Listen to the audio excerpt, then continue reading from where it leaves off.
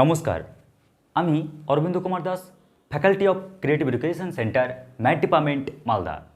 আমার প্রিয় ভাই ও বোনেরা, আজ আমি তোমাদের সামনে যে চ্যাপ্টারটি নিয়ে আলোচনা করছি সেই চ্যাপ্টারটির নাম রৈখিক অসমীকরণ।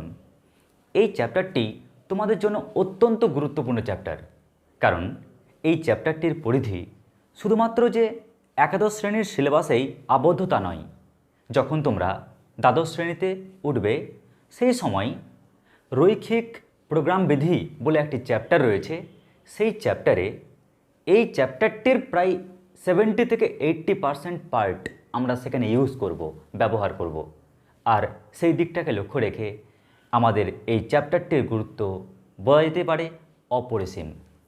তাছাড়াও যখন ফিউচারে তোমরা দ্বাদশ শ্রেণী পাস করে ভিন্ন ভিন্ন পরীক্ষার জন্য প্রিপারেশান নেবে, কিংবা গণিত বা ফিজিক্স ইত্যাদির মাধ্যমে তোমরা নিজেকে বিস্তার লাভ করাবে, তখন কিন্তু এই চ্যাপ্টারটি তোমাদের খুব হেল্প করবে, সাহায্য করবে তোমাদের।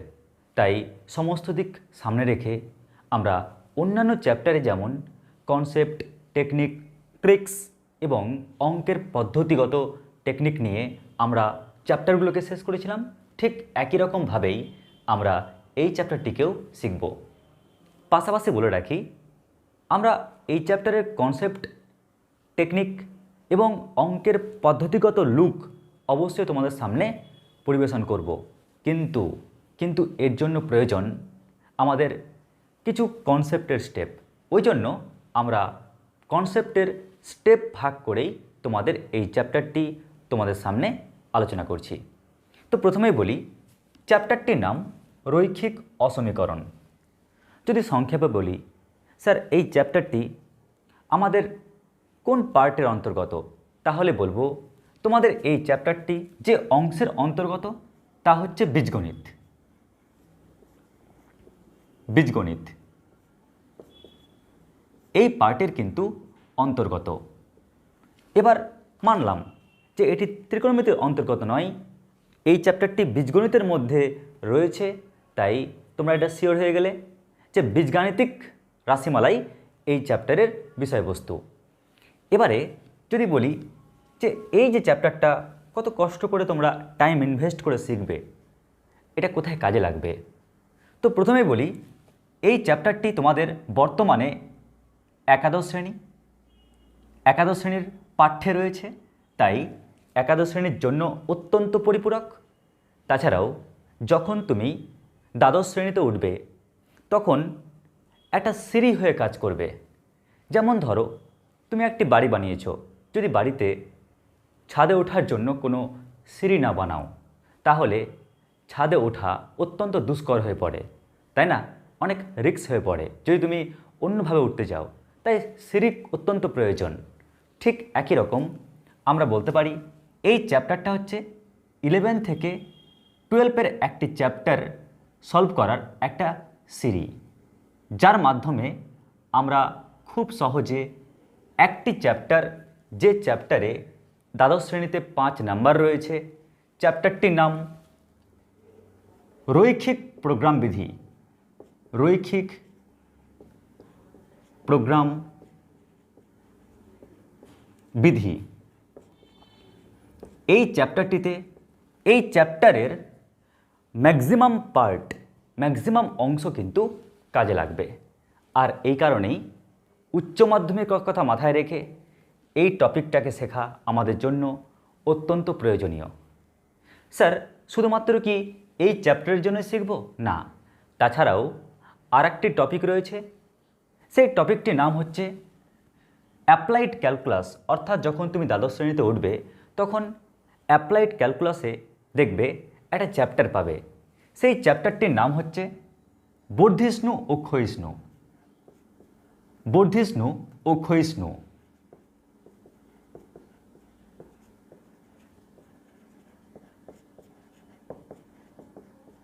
যখন এই চ্যাপ্টারের অঙ্কের ক্যালকুলেশানে ঢুকবে তখন কিন্তু অসমীকরণের যে ক্যালকুলেশান তোমাদের চোখের সামনে পড়বে তা হচ্ছে এই চ্যাপ্টারের সেই ক্যালকুলেশানের স্টেপ। আর এই কারণেই কিন্তু আমরা এই চ্যাপ্টারটিকে বেছে নিলাম আজকে তোমাদের শেখানোর জন্য।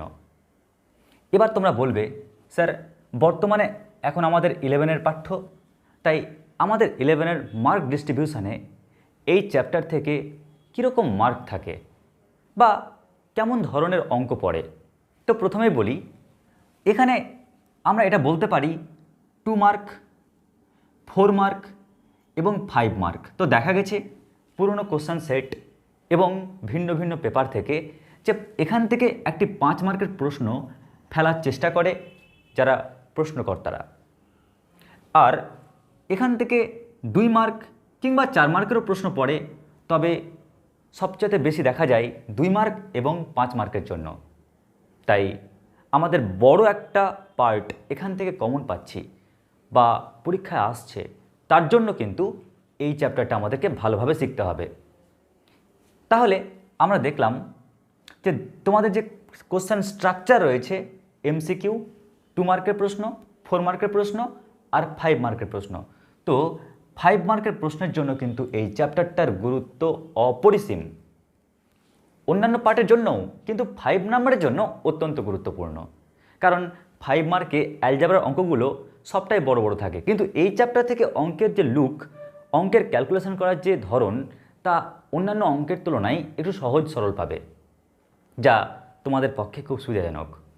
এবারে চলে আসি, এই চ্যাপ্টারে কয় টাইপের অঙ্ক রয়েছে।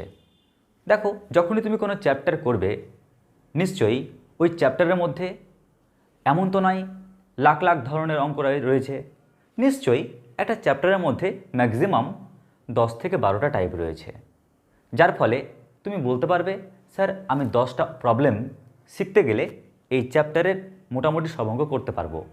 কিন্তু জানো কি, এই চ্যাপ্টারের মধ্যে যদি টাইপ খোঁজো, টপিক খোঁজো, তাহলে টোটাল 3টি টপিকের অঙ্ক দেখতে পাওয়া যায়।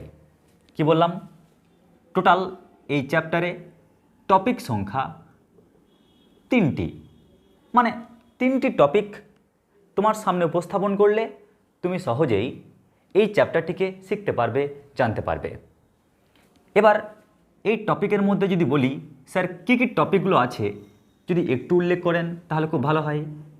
তাহলে প্রথম যে টপিকটি নিয়ে তোমাদের আলোচনা করব, প্রথম যে টপিকের প্রবলেমগুলো নিয়ে আলোচনা করব এবং সেই প্রবলেমগুলোর সলিউশন করার টেকনিক শেখাবো, তা হচ্ছে ক্যালকুলেশন পার্ট।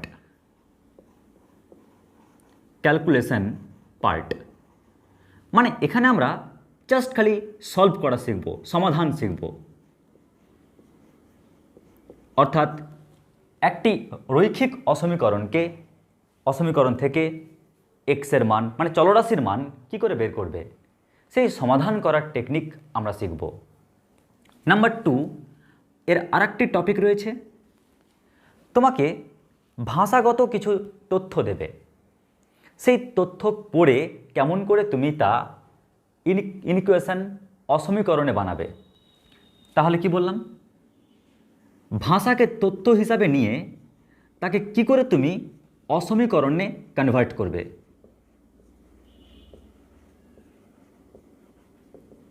কি করে অসমীকরণে কনভার্ট করবে এবং সলভ করবে, কারণ সমাধান করার কৌশল প্রথম স্টেপে শিখছো, তাহলে সেকেন্ড স্টেপে কাজ কি? সমাধান তো করবা, কোনো সমস্যা নেই, তাহলে এক কাজ করো, তুমি ভাষা থেকে অসমীকরণ আগে প্রকাশ করো, তারপর অসমীকরণকে সমাধান করো। আর 3 নম্বর স্টেপ হচ্ছে লেখচিত্র। তাহলে অসমীকরণের লেখচিত্র কেমন হয়, এর ছবি কেমন হয়। তো এই 3টে পার্টের মধ্যেই আমরা এই চ্যাপ্টারটিকে কমপ্লিট করব। কিন্তু মাথায় রাখবে, তোমাদের সবচাইতে গুরুত্বপূর্ণ যে টপিক তা হচ্ছে ক্যালকুলেশন, অর্থাৎ সমাধান। যদি তোমাকে অসমীকরণ দিয়ে দেয়, তাহলে সেই অসমীকরণ সমাধান করবে কি করে, কোন টেকনিক করবে, তার আলোচনা।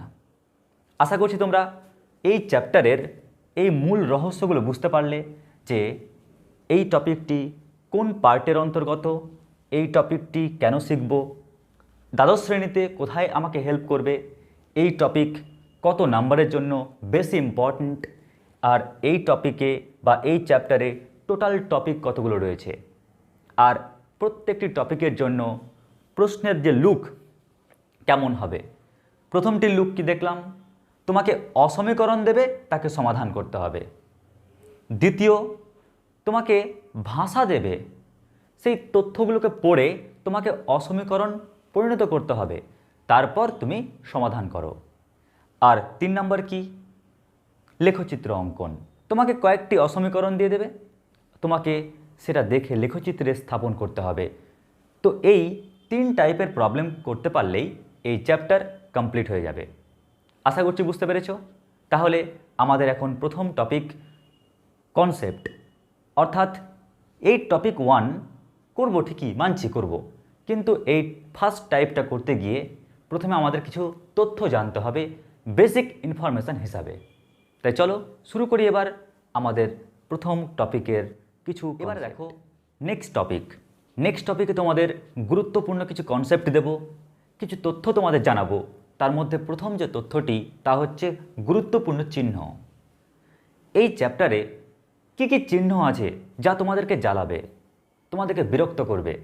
তা হলো equal, less than equal, greater than আর গ্রেটার দ্যান ইকুয়াল।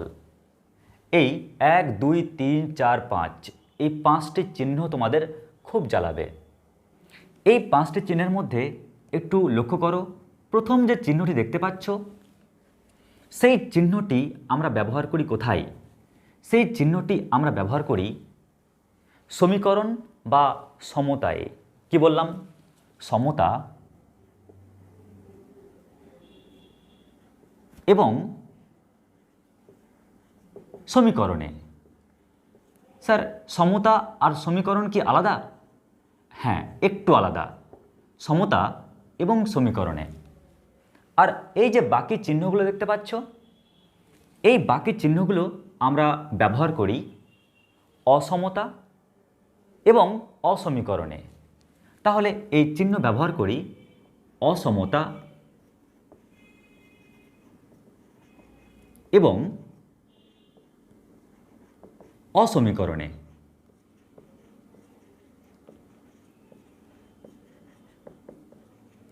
তোমরা বলবে স্যার মানছি, এটা আমাদের মানতে আপত্তি নেই যে আপনি ইকুয়াল দেখতে পেয়েছেন তাই আপনি সমতা কথাটি ব্যবহার করেছেন, বা সমীকরণ, কারণ যতগুলো আমরা সমীকরণ নিয়ে কাজ করেছি প্রত্যেকটির ক্ষেত্রে আমরা ইকুয়াল নিয়ে কাজ করেছি।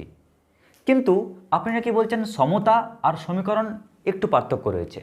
আপনি নাকি বলছেন যে লেস দ্যান গ্রেটার দ্যান বা less than equal greater than equal থাকলে আপনি নাকি পার্থক্য করছেন অসমতা এবং অসমীকরণকে। স্যার অসমতা মানে কি? সমতা নয়। অসমীকরণ মানে কি? সমীকরণ নয়। দুটোই তো প্রায় একই রকম লাগছে, এদের মধ্যে ডিফারেন্সটা কি? তো এর জন্য বলি তোমাদের, যখন তুমি অসমতা নিয়ে কাজ করবে, অসমতা মানে কি? সমান নয়।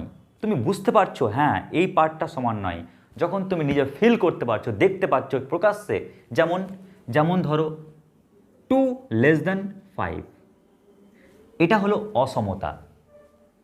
এটা হলো কি? অসমতা। কিন্তু তুমি যদি লিখতে x লেস দ্যান 5, তাহলে আমরা এখানে বলছি এটি হচ্ছে অসমীকরণ। তার মানে অসমীকরণ হওয়ার মূল যে শর্ত তা হচ্ছে এখানে মিনিমাম কমপক্ষে একটি চলরাশি থাকতে হবে। কি বললাম? একটি।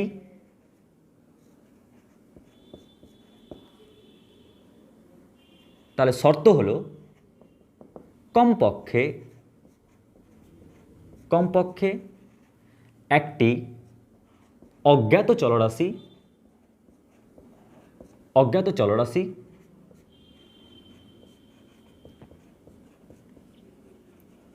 উপস্থিত থাকতে হবে।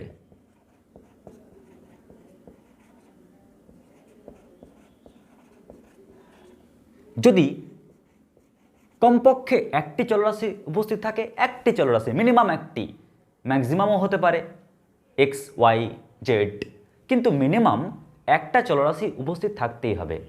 যদি কেবলমাত্র বা কমপক্ষে যদি একটি চলরাশি উপস্থিত থাকে, তখন আমরা এই লুকটাকে বলছি কি? অসমীকরণ। কিন্তু লক্ষ্য করো এখানে কিন্তু কমপক্ষে একটি অজ্ঞাত চলরাশি উপস্থিত নেই, দুটোই হচ্ছে জ্ঞাত, দুটোই জানা সংখ্যা। ওই কারণে আমরা এটিকে কিন্তু অসমীকরণ বলবো না, এটি অসমতা। আশা করছি তোমরা বুঝতে পারছো তাহলে সমতা আর সমীকরণের মধ্যে ডিফারেন্সটা কি। তাহলে আমরা আজকে যে টপিকগুলো নিয়ে আলোচনা করব না, সেই টপিকটি হচ্ছে এই অসমীকরণ। আর যখনই বললাম টপিকটি অসমীকরণ, তখন মনে একটা তথ্য ভেসে উঠল, যতগুলো অঙ্ক করব প্রত্যেকটি প্রবলেমে অন্ততপক্ষে একটি অজ্ঞাত সংখ্যা, একটি অজ্ঞাত চলরাশি অবশ্যই কিন্তু উপস্থিত থাকবে। আশা করছি তোমরা এই তথ্য সম্পর্কে ওয়াকিবহল হলে ব্যাপারটি বুঝতে পেরেছ। এবার চলে আসছি আমরা পরবর্তী কনসেপ্টে। নেক্সট গুরুত্বপূর্ণ কনসেপ্ট, এই কনসেপ্টটি তোমাদের মনের মধ্যে অনেক দ্বন্দ্ব সৃষ্টি করে দেয়, অনেক কনফিউশন সৃষ্টি করে দেয়। কি সেই কনফিউশন? মন দিয়ে শুনবে। ধরো আমার এজ 32 ইয়ার্স, তো আমার এজ সমান 32, তো এখানে কিন্তু আমরা ব্যবহার করছি সমতা। আমি মানুষকে বলবো আমার বয়স 32 ইয়ার, কিন্তু মাথায় রাখবে যখন আমি কাউকে বলবো যে আমার এজ 32 ইয়ার্সের থেকে কম কিংবা বেশি, তখন কিন্তু আমরা ব্যবহার করছি অসমতা, লেস দ্যান গ্রেটার দ্যান। এবারে তোমাদের একটা তথ্য জানাই, সমীকরণ আর অসমীকরণের মধ্যে একটা গুরুত্বপূর্ণ ফান্ডা। কীরকম?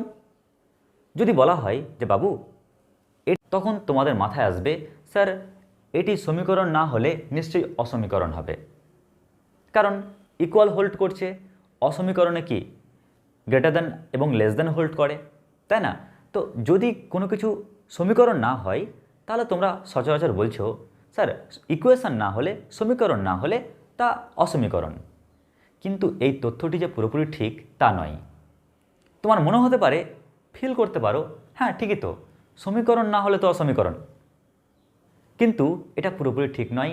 কেন ঠিক নয়, কী জন্য ঠিক নয়, তা তোমাদের আমি উদাহরণের রেসপেক্টে বোঝাচ্ছি, যার ফলে সমীকরণ অসমীকরণের মধ্যে একটা গুরুত্বপূর্ণ তথ্য মাথায় তোমাদের চলে আসবে। কীরকম? তার জন্য দেখো আমি হেডিং দিচ্ছি পার্থক্য। দেখো পার্থক্যতে প্রথমে আমরা যে এক্সাম্পলটি নেব, তো আমি প্রথমে বলি এটার জন্য আমি ট্রিগোনোমেট্রির হেল্প নেব। কেন? কারণ ট্রিগোনোমেট্রির কিছু জিনিস আছে যার মাধ্যমে বোঝালে তোমরা খুব সহজে বুঝতে পারবে। কারণ আমার উদ্দেশ্য এই যে ইকুয়েশন মানে সমীকরণ এবং অসমীকরণের মধ্যে ডিফারেন্সটা বোঝানো। তার জন্য এই চ্যাপ্টারটি অ্যালজেব্রিক পার্টের অন্তর্গত হওয়া সত্ত্বেও আমরা জাস্ট এই তথ্যটিকে বোঝানোর জন্য আমি ট্রিগোনোমেট্রির একটি চ্যাপ্টারের হেল্প নিচ্ছি, যে চ্যাপ্টারটির নাম ত্রিকোণমিতিক সমীকরণ সমাধান, সাধারণ সমাধান। দেখো আমি যদি লিখি sine x plus sine cos x সমান 1, আমরা কিন্তু এটিকে বলতে পারি ত্রিকোণমিতিক সমীকরণ। আমরা সেই চ্যাপ্টারে গিয়ে কী করব, তার সমাধান শিখব, তাই না? তো সেটা আলাদা বিষয়। আমার বক্তব্য হচ্ছে তাহলে এর পরিচয় কি, ওর নিজস্ব পরিচয় কি? তো আমরা বলতে পারি এটি হলো একটি ইকুয়েশন বা সমীকরণ, এটি একটি সমীকরণ। এখন প্রশ্ন, এটি কোন সমীকরণ? যেহেতু আমরা ট্রিগোনোমেট্রিক অপারেটর দেখতে পাচ্ছি, তাই এটি ত্রিকোণমিতিক সমীকরণ। কিন্তু হলো তো সমীকরণ। এবার তুমি বলবে স্যার মানলাম, তাহলে আপনি বলুন অসমীকরণ ব্যাপারটি কি? তার আগে আমি কয়েকটি আর গুরুত্বপূর্ণ তথ্য দিয়ে দিই। আচ্ছা বলতে পারবে, আমি যদি লিখি sine square x plus cos square x সমান 1, এটি কি? এটি কি সমীকরণ? তুমি বলবে স্যার এটা সমীকরণ মানছি, কিন্তু স্যার এখানে এক্সের কিছু মানের জন্য এটা সত্য হতো, কিন্তু এখানে এক্সের যাই মান বসান না কেন, যে কোনো রিয়াল মান বসান না কেন, তার জন্যই কিন্তু এটা সত্য হবে। সব মানের জন্যই সত্য হবে স্যার, এক্সের যে কোনো বাস্তব মানের জন্যই সত্য হবে। তার মানে চোখ বন্ধ করে আমরা বলতে পারবো এক্সের মান 30°, এক্সের মান 20°, সব মানের জন্য কিন্তু এক্সের যে কোনো মানের জন্য। তার মানে আমরা কিন্তু এটাকে আর সমীকরণ নাম দিয়ে আর ভুল করব না, বা আমরা এটাকে আর সমীকরণ বলবো না, ও একটা অন্য স্টেপে চলে গেল। তখন আমরা এই স্টেপটাকে বলছি কি? অভেদ। অবশ্যই সমীকরণ, বাট অভেদ। কারণ এক্সের যে কোনো মানের জন্যই কিন্তু আমরা এই তথ্যটিকে সঠিক পাচ্ছি। এবারে আমরা অন্য একটি উদাহরণ নিচ্ছি। যেমন ধরো sine x plus cos x সমান 4। এটা কি সমীকরণ? হ্যাঁ স্যার, এটা তো সমীকরণ, এটা দেখতে একই রকম, তাহলে এটাও একটি সমীকরণ হবে। কিন্তু না, আমরা কিন্তু এটাকে বলবো সমীকরণ নয়। আমরা কি বলবো? এটাকে সমীকরণ নয়। কেন সমীকরণ নয়? কারণ দেখো, আমরা জানি এই যে দুটো অপারেটর দেখতে পাচ্ছ, একটি অপারেটর সাইন এক্স আর একটি অপারেটর কস এক্স। এই অপারেটরের মাথায় রাখবে সর্বোচ্চ মান বা সর্বনিম্ন মান হচ্ছে -1। সাইন এক্সেরও সর্বনিম্ন মান -1, কস এক্সেরও সর্বনিম্ন মান -1। আবার যদি বলি সাইন এক্স এবং কস এক্সের সর্বোচ্চ মান কত, সর্ববৃহৎ মান কত, তাহলে আমরা বলতে পারবো সাইন এক্সের সর্বোচ্চ মান +1 এবং কস এক্সেরও সর্বোচ্চ মান +1। এবার লক্ষ্য করো, আমি যদি সাইন এক্স আর কস এক্সের সর্বোচ্চ মান, সবচাইতে বড় মান এখানে পুট করি, 1 + 1 কত হচ্ছে? 2 হচ্ছে। কিন্তু জীবনেও কি কোনোদিন 4 হবে? নিশ্চয়ই কখনো 4 হবে না।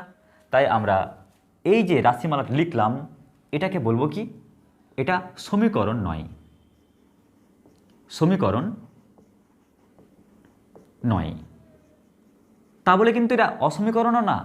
এটা না সমীকরণ না অসমীকরণ। তাহলে ব্যাপারটি বুঝতে পেরেছ?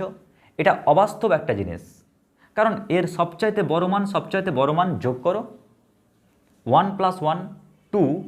জীবনেও কোনো দিন বড় মানগুলো যোগ করেও 4-এর সঙ্গে সমান পাবো না। অথচ লেস দ্যানও লেখা হয়নি, গ্রেটার দ্যানও লেখা হয়নি। তাহলে আমরা এই তথ্যটিকে বলছি সমীকরণ নয়। তো ভাবো, সমীকরণ নয় মানে অনেক সময় আমরা ভাবতাম অসমীকরণ, কিন্তু এটা অসমীকরণ না। তাহলে অসমীকরণ মানে কি? দেখো, আমরা এবার লিখছি এখানে sine x plus cos x less than ধরো 1, 1-এর থেকে ছোট। তাহলে আমরা এখানে যে তথ্যটি পাচ্ছি, আমরা এটাকে বলতে পারি অসমীকরণ। তাহলে আমরা এই তথ্যটিকে বলতে পারছি অসমীকরণ। সমীকরণে আমরা ইকুয়াল ইউজ করেছি, আর সমীকরণ নয়। সমীকরণ নয় মানে আবার ভেবে নিও না এই পার্টটা। তাহলে আমরা বলতে পারি কি? লেস দ্যান বা গ্রেটার দ্যান ইউজ করতে পারি। তাহলে এই হচ্ছে ডিফারেন্স সমীকরণ, অভেদ, সমীকরণ নয় আর অসমীকরণের মধ্যে। যা পূর্বে আমরা কি ভাবতাম? আমরা ভাবতাম শুধুমাত্র দুটো অপশান হয়, একটা সমীকরণ এবং আরেকটি হচ্ছে অসমীকরণ। যদি সমীকরণ না হয় তাহলে অসমীকরণ। কিন্তু সেই ভাবনাটি পুরোপুরি ঠিক নয়। সমীকরণ না হলে গেলে ও অসমীকরণ নাও হতে পারে। তার বাস্তব একটা উদাহরণ হচ্ছে এই উদাহরণটি, যার কজ হচ্ছে একটাই, সাইন এক্স আর কস এক্সের সবচেয়ে বড় মানগুলো বসিয়েও আমরা কখনোই কিন্তু 4 পেলাম না। আবার less than greater than use নেই। আশা করছি তোমরা এই তথ্য সমীকরণ, অসমীকরণ, অভেদ এবং সমীকরণ নয়ের ফান্ডাটি বুঝতে পেরেছ। এবার চলে আসছি আমরা পরের টপিকে, পরের কনসেপ্টে। Next topic. এবারে আমরা যে তথ্য জানব তা হচ্ছে সমাধান। দেখো, মূল উদ্দেশ্য কী থাকবে? তোমাকে অসমীকরণ দিয়ে দেবে। আবার মন দিয়ে শোনো, অসমীকরণ বলেছি, কিন্তু অসমীকরণ মানে হচ্ছে একটা মিনিমাম একটা কিন্তু অজ্ঞাত চলরাশি হতে পারে এক্স বা ওয়াই, তোমাকে দিয়ে দেবে। তোমার কাজ কি হবে?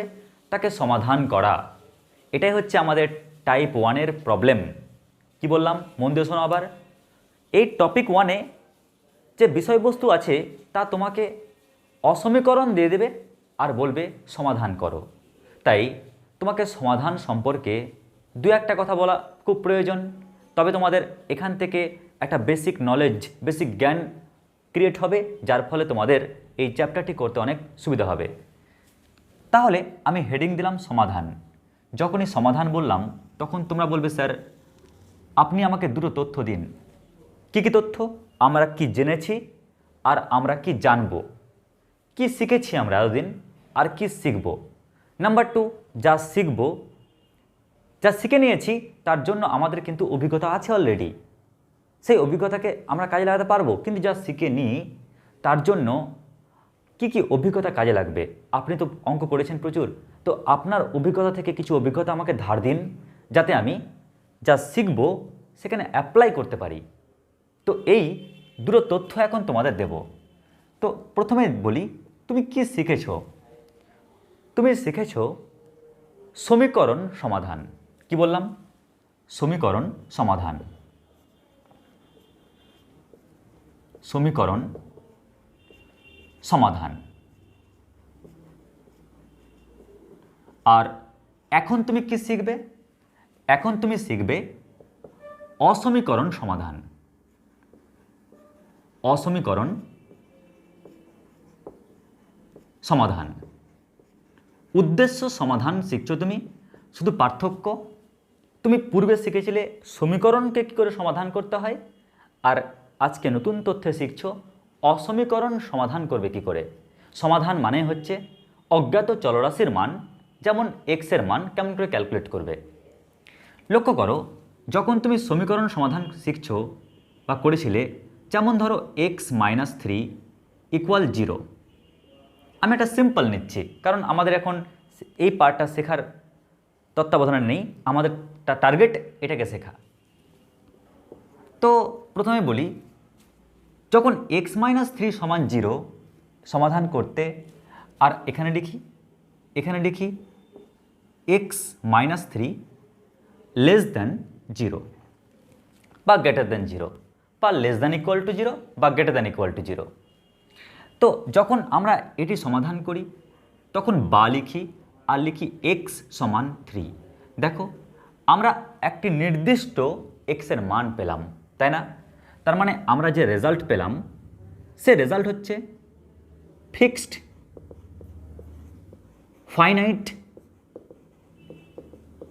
রেজাল্ট। মানে বলতে পারছি যে এক্স এর মান 1টা বা 2টো বা 10টা বা 50টা, এক্স এর মান ফিক্সড বলতে পারছি, এক্স এর মান ওইটাই।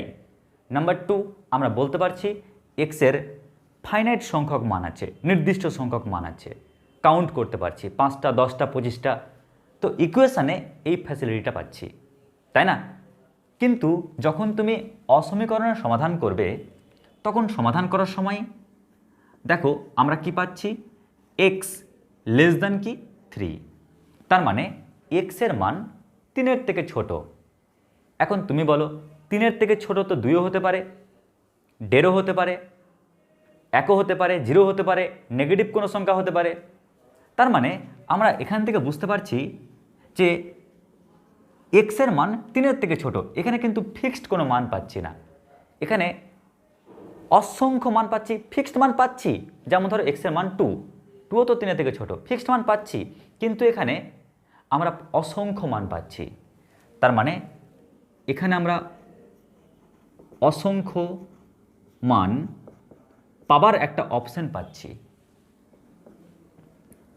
যদি আমি উল্লেখ করে দিই আর একটা কন্ডিশন দিয়ে, বাইরে থেকে শর্ত দিয়ে, তাহলে সেটা আলাদা বিষয়।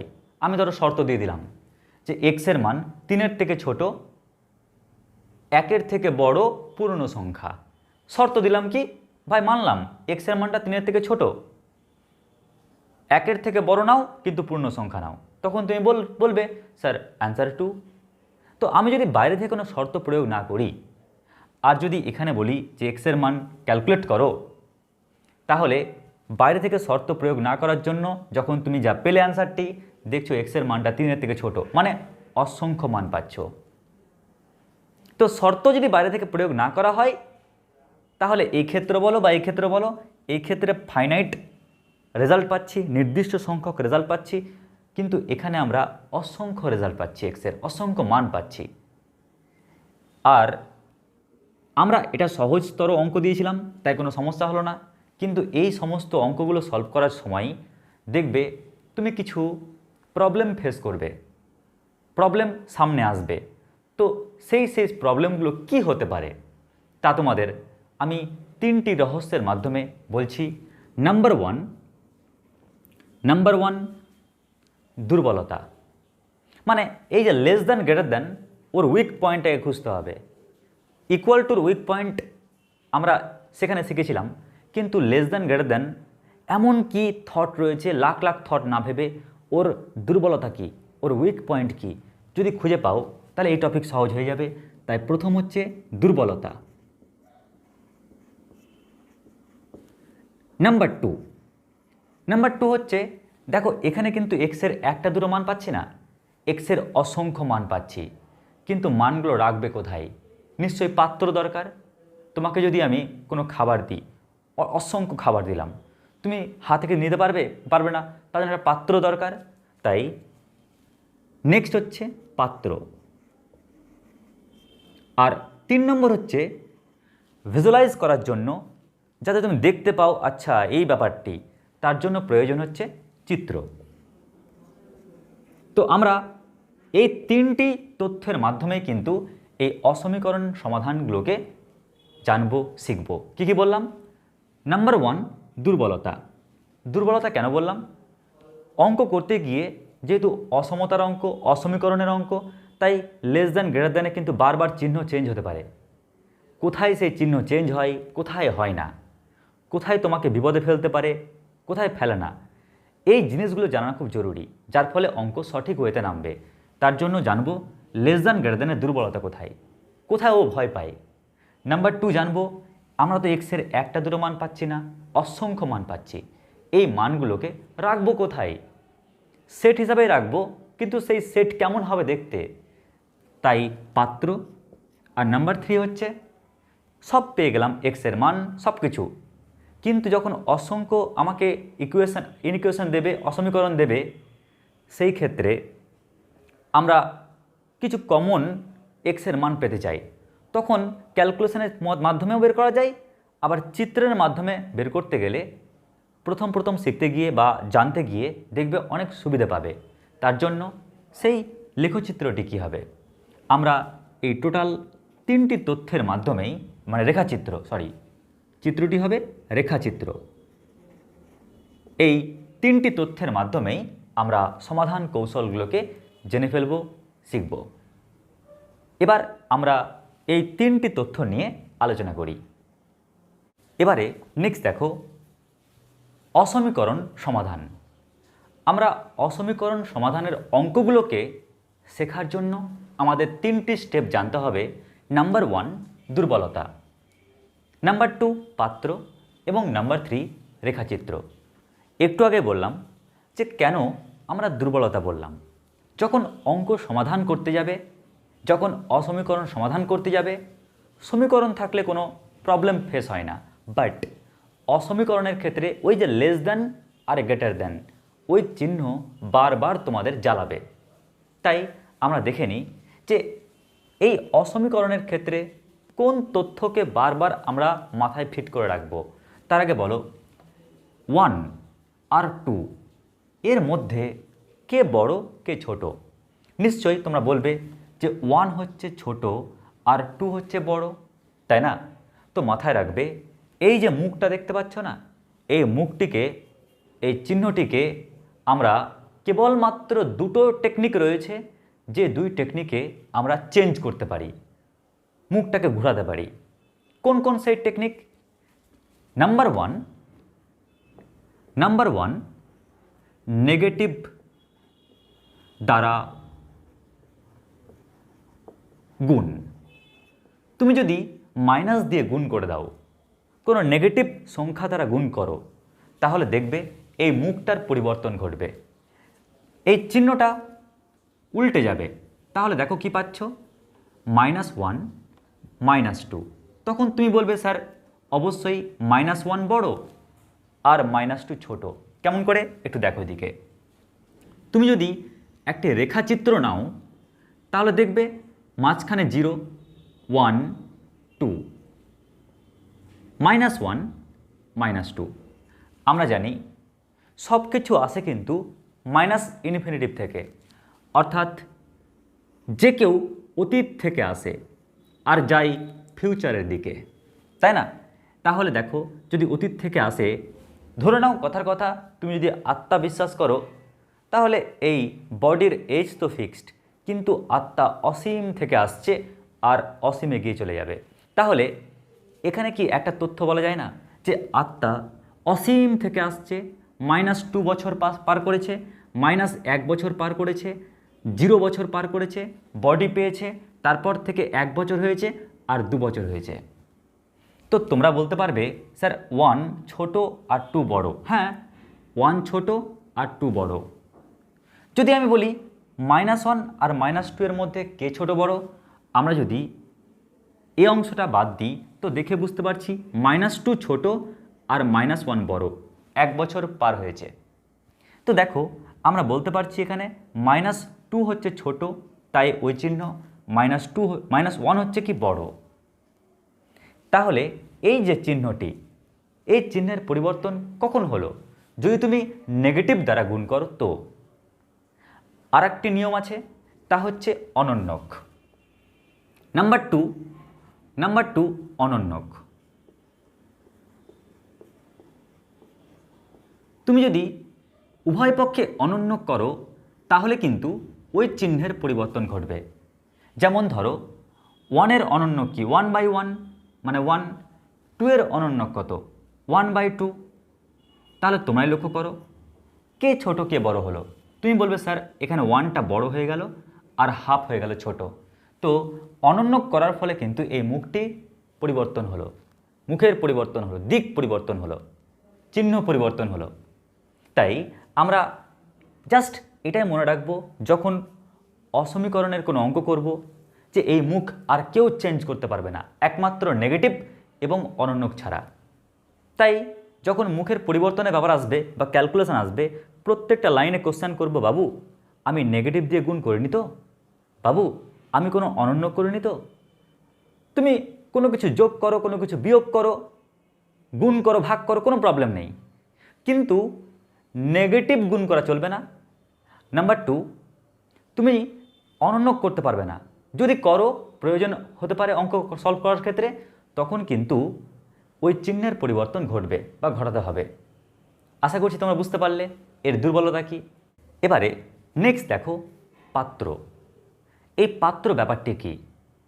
তুমি যখন অসমীকরণ সমাধান করবে তখন নিশ্চয়ই তুমি এক্সের মান পাবে, হ্যাঁ কি না বলো? নিশ্চয়ই এক্সের মান পাবে। সেই এক্সের মানকে রাখবে কোথায়? তো সেই এক্সের মানকে রাখার জন্য প্রয়োজন হয়ে পড়বে পাত্র। যেমন ধরো তোমাকে আমি যদি কিছু খাবার দিই, অনেক খাবার দিই, তুমি হয়তো হাতে নিয়ে যেতে পারছো না, তখন কি প্রয়োজন? একটি বড় পাত্র। ঠিক একই রকম আমরা যখন অসমীকরণের ক্ষেত্রে অসংখ্য মান পাবো এক্সের, তার জন্য পাত্রের প্রয়োজন। যে পাত্রকে আমরা অন্য আরেকটি পরিভাষায় বলি কি? সেট।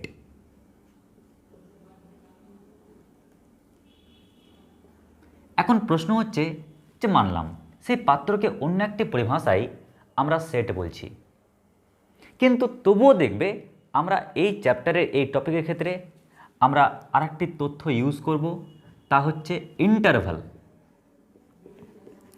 ইন্টারভাল। তাহলে সেট আর ইন্টারভাল কি আলাদা? আমরা তো যা তথ্য বা যে পাত্রটা ভাবি, সংখ্যা রাখার পাত্র, ওটাকে তো সেট বলি বা ফোল্ডার বলি। তাহলে আবার ইন্টারভাল ব্যাপারটি কি? তো লক্ষ্য করো, যদি তোমরা 5টা বা 6টা মান প্রয়োজন পড়ে না, তাহলে তুমি সেটের মধ্যে খুব সহজে লিখতে পারছো। ভাবো জিনিসটা, তুমি যদি 5টা বা 6টা মান পাও তাহলে তুমি সেটের মধ্যে খুব সহজে লিখতে পারছো। যেমন ধরো লিখছো 1 2 3 4 5, প্রথম 5টি স্বাভাবিক সংখ্যার সেট, কোনো প্রবলেম হলো না। ধরো কথার কথা তুমি এক্সের মানে 5টায় পেয়েছো, তাহলে নিশ্চয়ই তোমার কোনো সমস্যা হলো না। এটা গণনযোগ্য, গোনাও যাচ্ছে, আর ফাইনাইট সেট নির্দিষ্ট সংখ্যক এলিমেন্ট পাচ্ছ। কিন্তু তুমি যে অসমীকরণ সমাধান করবে সেখানে তো তুমি এক্সের একটা দুটো মান নাও পেতে পারো, কন্ডিশন না থাকলে হয়তো প্রচুর সংখ্যক মান পেলে। তাহলে সেই প্রচুর সংখ্যক মানগুলোকে তুমি তখন এইভাবে প্রকাশ করতে পারছো না, এই ডিজিটগুলোকে কমা কমা দিয়ে লিখে প্রকাশ করতে পারছো না। তখন আমরা অন্য টেকনিকে এই সেটের আকারে কিন্তু প্রকাশ করি। কীরকম দেখো, যেমন ধরো তোমাকে বলা হলো যে সমাধান করলে ভালো কথা, সমাধান করে তুমি যে এক্সের মানগুলো পেলে ওই এক্সের মানগুলো হচ্ছে 0 থেকে 1-এর মধ্যে যতগুলো ডিজিট রয়েছে প্রত্যেকটি ডিজিট।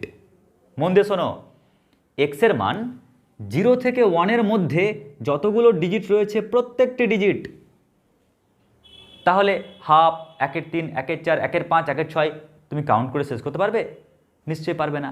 তাহলে 0 থেকে 1-এর মধ্যে প্রচুর ডিজিট আছে, কিন্তু তা তুমি লিখবে কি করে সেটের ল্যাঙ্গুয়েজে? তুমি তো এইভাবে কমা কমা দিয়ে লিখতে পারছো না। তখন তুমি বলবে স্যার এক্স এমন যে এক্সটা হচ্ছে, প্রথমে বলি বাস্তব সংখ্যা।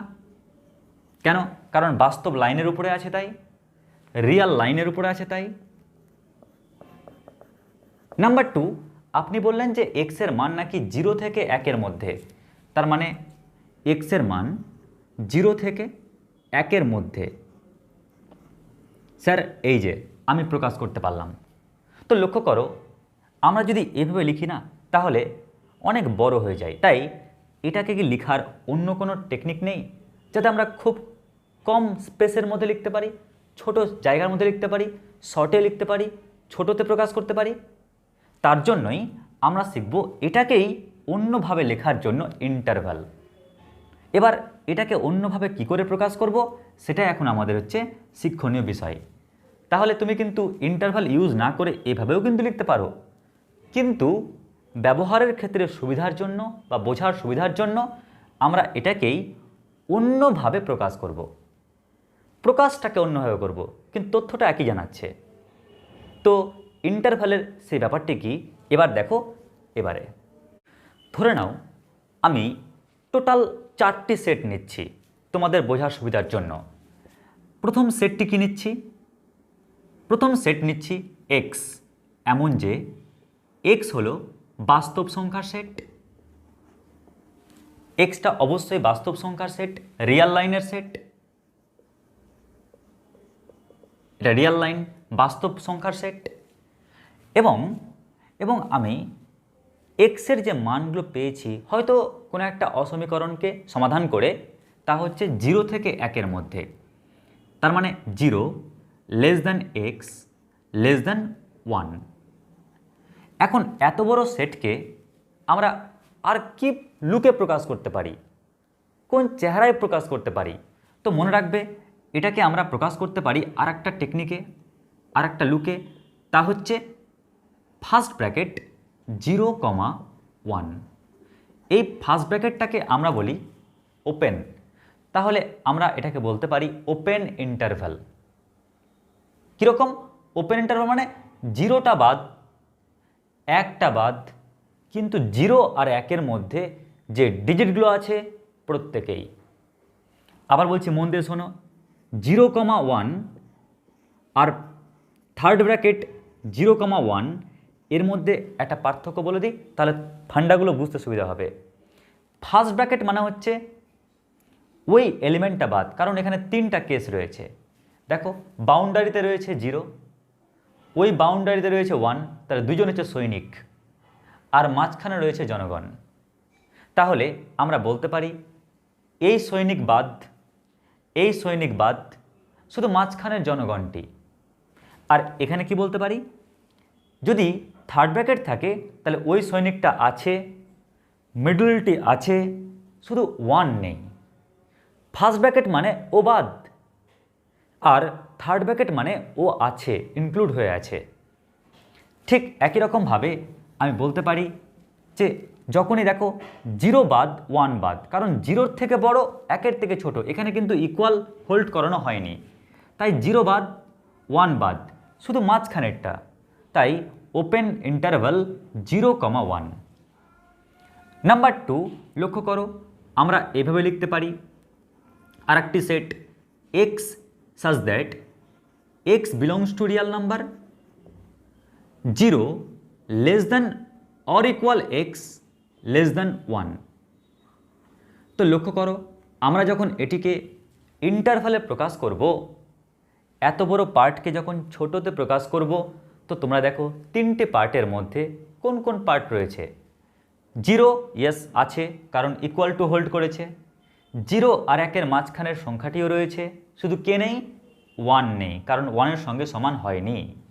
যেহেতু 0-র সঙ্গে সমান হয়েছে, তাই থার্ড ব্র্যাকেট 0,1, 1-এর সঙ্গে সমান হয়নি, তাই first bracket. Semi closed, semi open, অর্ধেক বন্ধ অর্ধেক খোলা। ক্লিয়ার? এবার নেক্সট দেখো 3 নাম্বার, আমরা অপর আরেকটি সেট নিতে পারি, x such that x belongs to the set of real number 0 less than x less than or equal 1।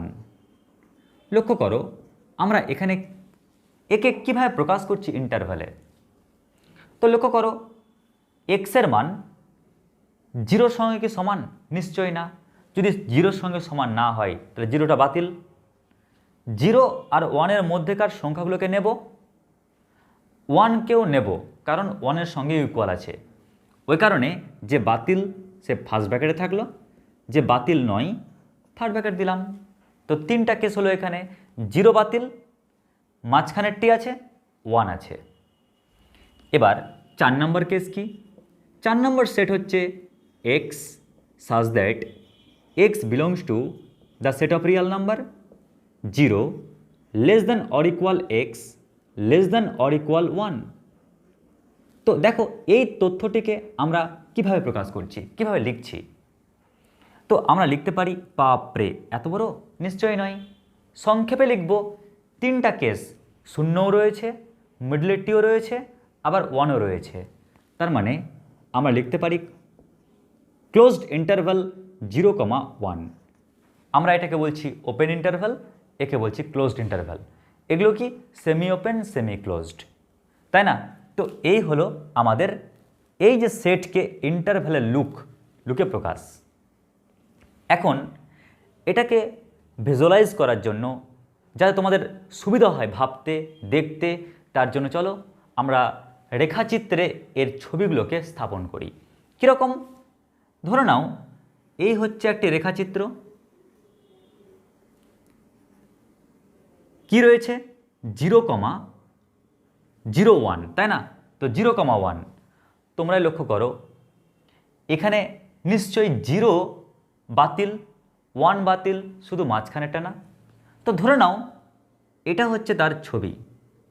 যেহেতু ভিন্ন ভিন্ন বইয়ে ভিন্ন ভিন্নভাবে এই রেখাচিত্রটাকে প্রকাশ করে, তাই তোমাদের সুবিধার জন্য আমি রেখাচিত্রের একটি ফান্ডা গঠন করছি।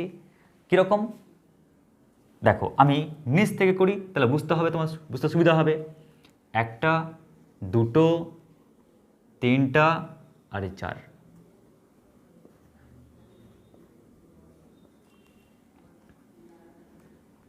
টোটাল এই 4টি রেখাচিত্র, টোটাল এই 4টি রেখাচিত্র।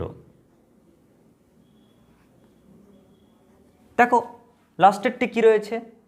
ক্লোজড ইন্টারভাল 0,1, মানে 0, মিডলেরটিও, আবার 1ও। ভেবে নাও যে 0 থেকে একটা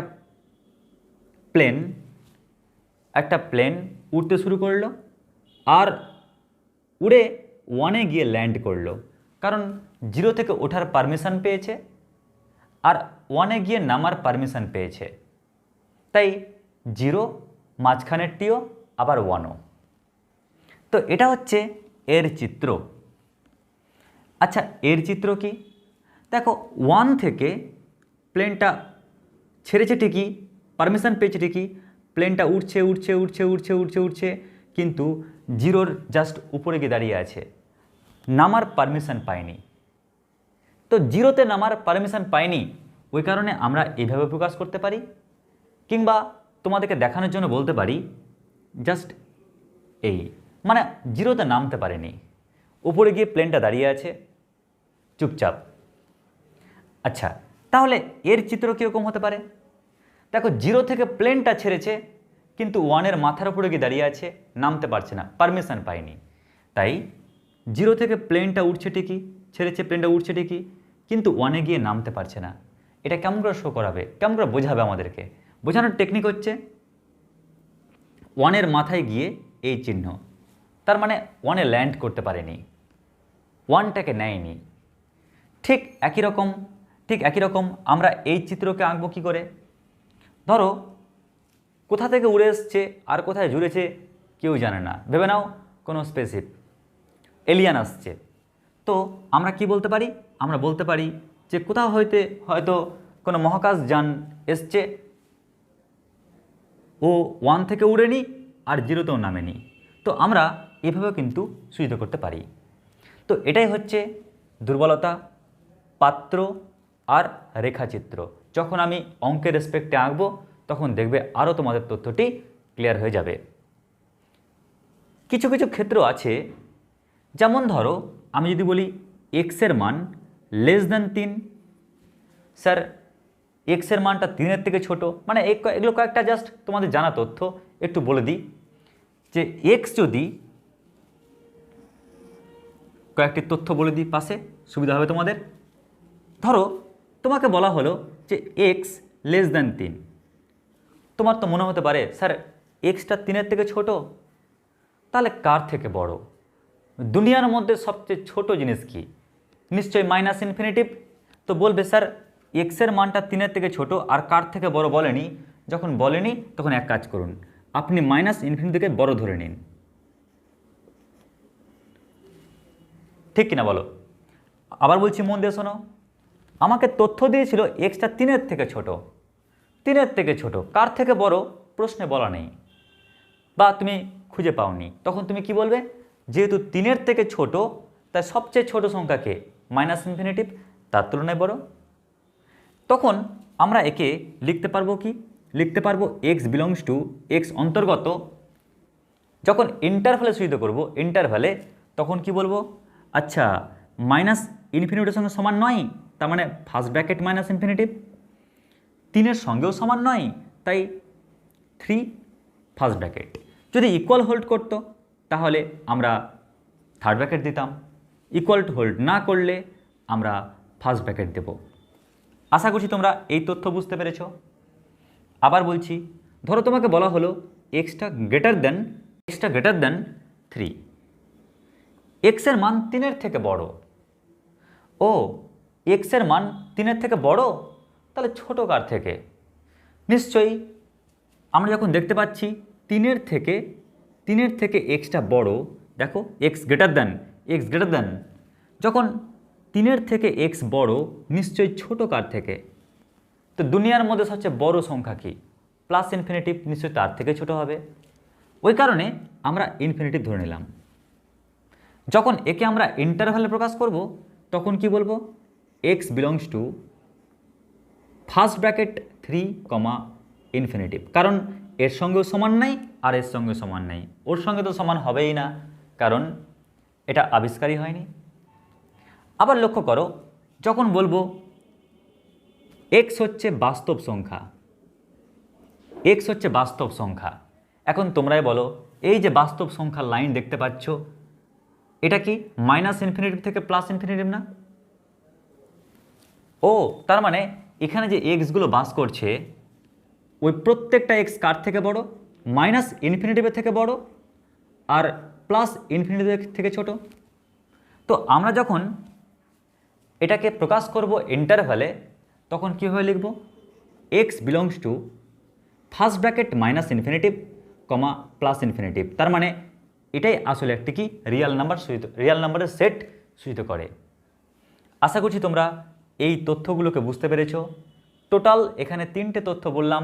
নাম্বার 1 দুর্বলতা, অঙ্ক ক্যালকুলেশন করার সময় যে প্রবলেমগুলো ফেস করবে।